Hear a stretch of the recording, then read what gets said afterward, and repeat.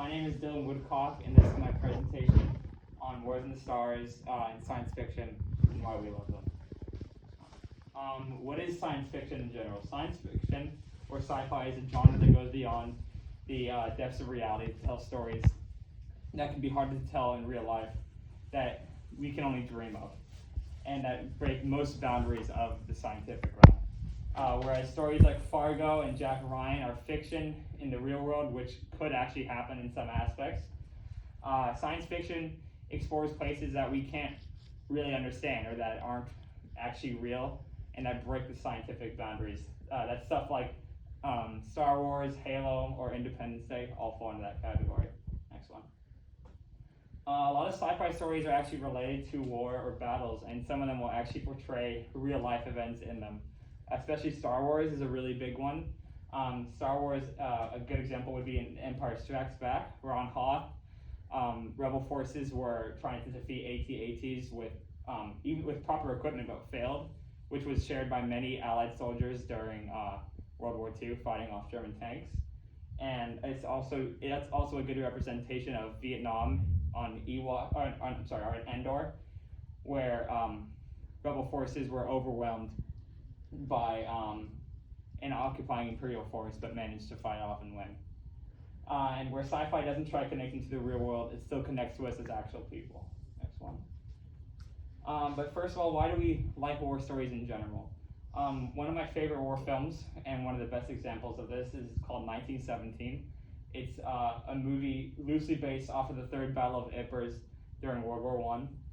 The author of it explains the movie shows us the bare bone that humans will be stripped down to survive, and the absolute maximum they will make themselves go to help each other and to fight for what they think is right. In the story, two Allied soldiers will go to Passchendaele and try to save the 2nd Battalion from invading the German forces, which ends up being a trap. Dunkirk is also a really good example of this. It depicts the lengths that soldiers will go to try and escape as the German troops are enclosing on Dunkirk.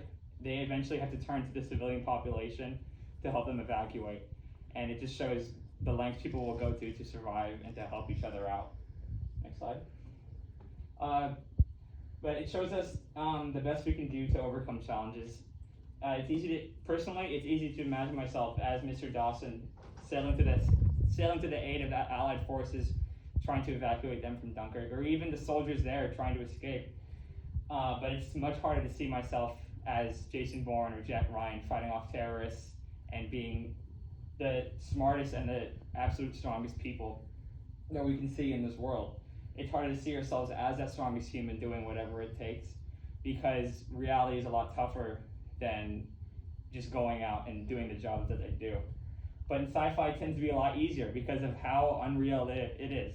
Sci-fi, it bends reality. You can be anything you want. So when I'm watching the Clone Wars or Star Wars, I can see myself as that clone trooper fighting off those droids or saving my friends.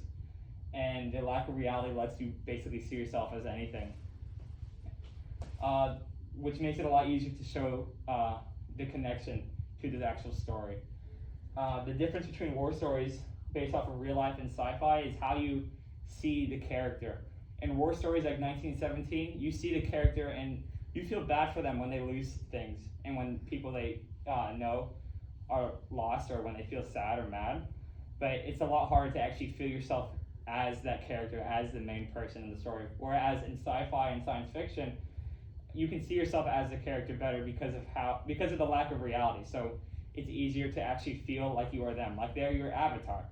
So in the Clone Wars, when I watch something happen, it feels like I just watched that. It feels like I actually experienced what the character experienced. In fact, you can watch these videos, and while we watch them, I would like you guys to think about which one is the easiest to see yourself as. Not which one you're most likely to be, because, I mean, you're not going to be a clone trooper, because it's not real, but which one you can see yourself in the position of the characters the most. You can take your ultimate clothes. That one, yeah. At least it's not an embarrassing commercial like it always is. Team force mode.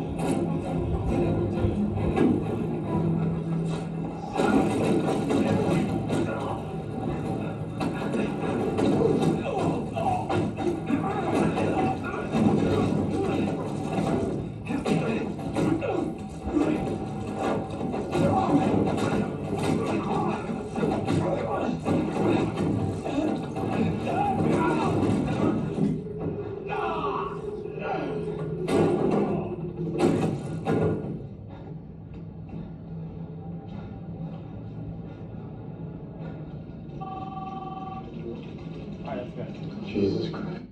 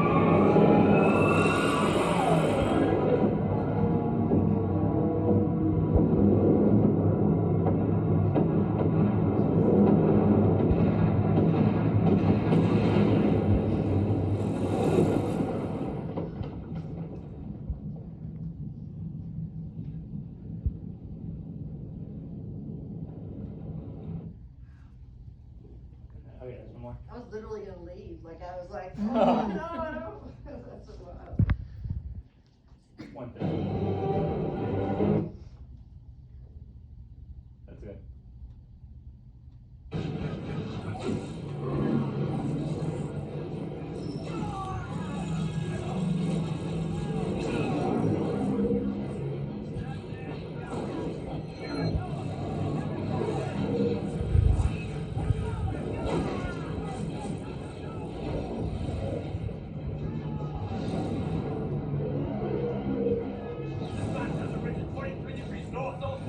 Good. We can use it as a staging area.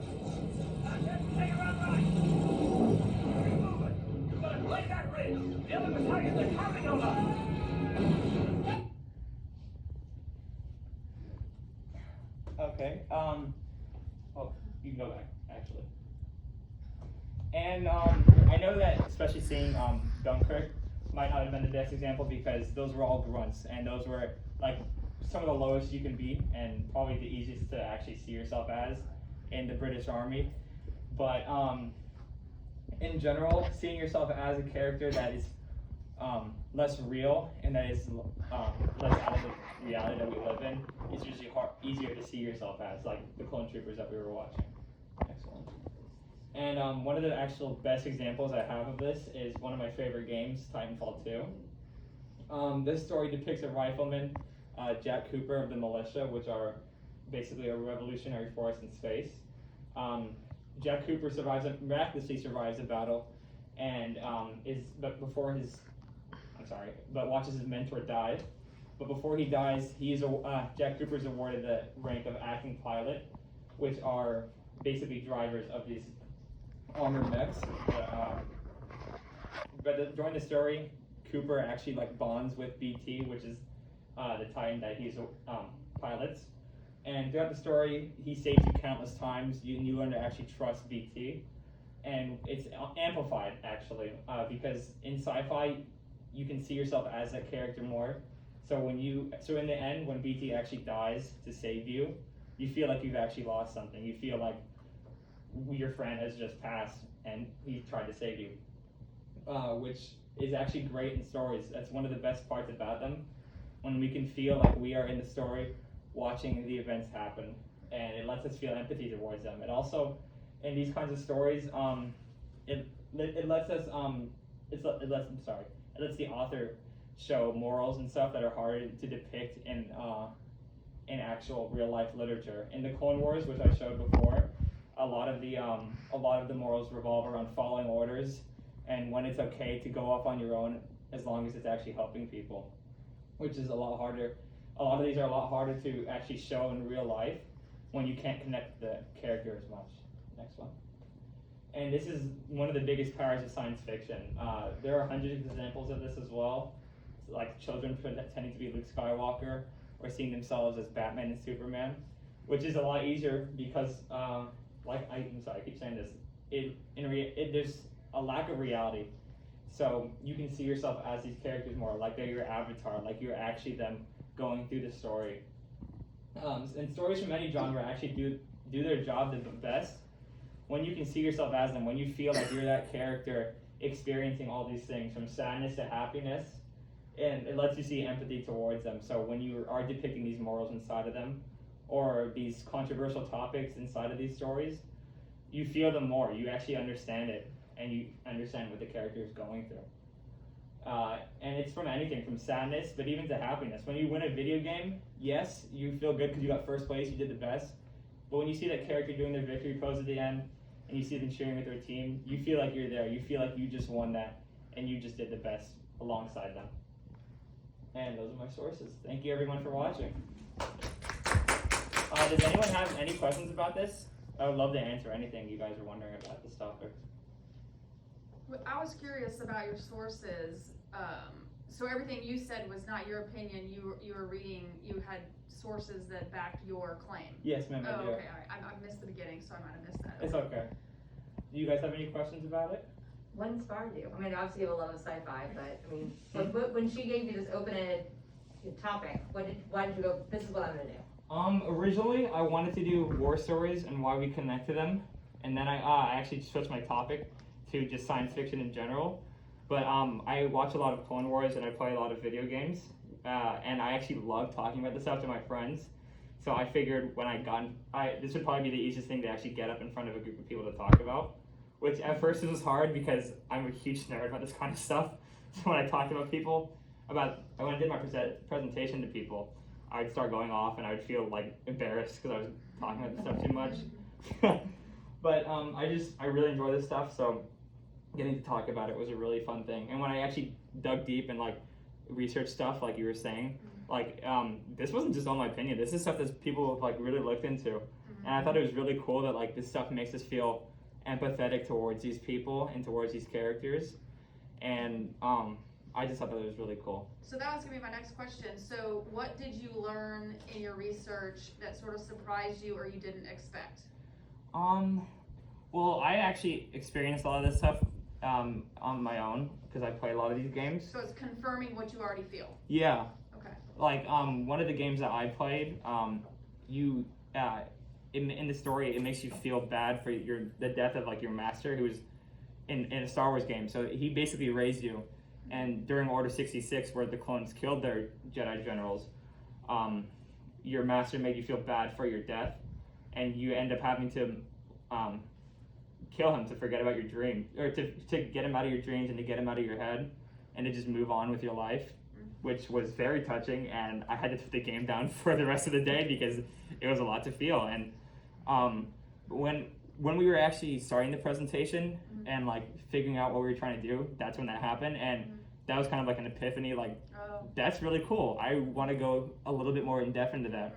And I asked a lot of my friends this kind of stuff, like, what video games do you play that are science fiction that really make you like feel the personality of the character? And I had them describe it to me, and it all kind of correlates around the fact that like I'm never going to see myself as a Halo Spartan, because those are like basically inhuman strength people, but because it's in science fiction, because like everyday people end up becoming a Halo Spartan, I can see myself as that, and it lets me connect to the character a lot easier.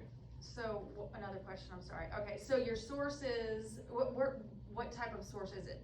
I did research on my own personally, and I also looked up stuff that the authors have talked about.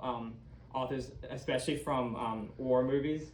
I looked up why we connect to war movies and why we like them so much. And one of the main things that I saw was because it depicts people going to their greatest lengths to save themselves and to save others. Like Dunkirk, it actually isn't it isn't from the perspective of, it is from the perspective of the soldier, but he's not the hero. It's actually, like you guys saw, just pure chance that he survived the first bombing and most of the other ones as well. It's the heroes of the story are actually everyday sailors who went out to go save the British Army. And 1917 actually went into that a lot more too, and so did Hacksaw Ridge. So a lot of it was from authors, and some of it was also from people who do this stuff on daily, like game reviewers, and it was just So they're doing surveys. Yeah, surveys. So game reviewers doing a survey of players And how they connect to their characters. And I also did surveys on my own as well too. Oh, you did? Okay. Yeah. Tell me about this. Like I said earlier, I would ask my friends. Oh. And actually, I have Instagram, and so I put up a poll. Oh. To basically anyone who follows me, which is anyone from my best friends to my acquaintances, like games that they have played that make them really feel like they were the character. And I was gonna put a bit more examples up, but it would have been a little bit hard to explain to you guys because I know you guys aren't like the most indulged in this kind of stuff. Yes, I am. But that was actually really good help for research. Like at first it was my own like wondering about this and like thinking that might be right. But then I did my own research a lot more, and especially those surveys really helped me because I would ask my friends, like I would go into depth, like what was the biggest moment in this game where you really felt like your character just lost something and like you just lost something. One of my friends actually used the example that I gave in Star Wars where I had to kill my master to feel like to actually help me move on. And there was an example of this game called, can I take this off by the way guys? It's just a little hard to talk with it on. Called Detroit Becomes Human. It takes place in the future with these AI who are like people, and it goes through their story of trying to feel like they actually fit in. And one of the characters ends up he tries to save a girl, but he has to kill one of his fellow AI during a time where they're all trying to come together, which my friend said made him feel like he just like he was in the movement of the AI trying to become real people, and that just happened to him, and he just felt like it really connected to him and made him feel like he was in the place of the character. You guys have any questions, Mom? So do violent video games cause violence? No, no. They make you feel empathy towards the characters more. Like on one of the slides, some people, like older people have told me that it gives you a loss of reality or like a sense of desensitizing too. But no, it makes you feel like you are in that person's place, and that as you play through them, you're really seeing what they're seeing. Those emotions that go through, you feel them as well. So it also does the opposite of desensitize it, empathizes us a bit more. Is that all? I feel like this is really like a good start getting ready for that research class. Yeah, Oh, yeah, yeah. actually, I think so too. Thank you very much, guys. Yeah, Yeah. very nice job. Thank you. You did an excellent job answering questions, by the way. Thank you, ma'am. I'm always thinking about things from a scientific perspective, so. Yeah, those are not questions expecting. But Yeah,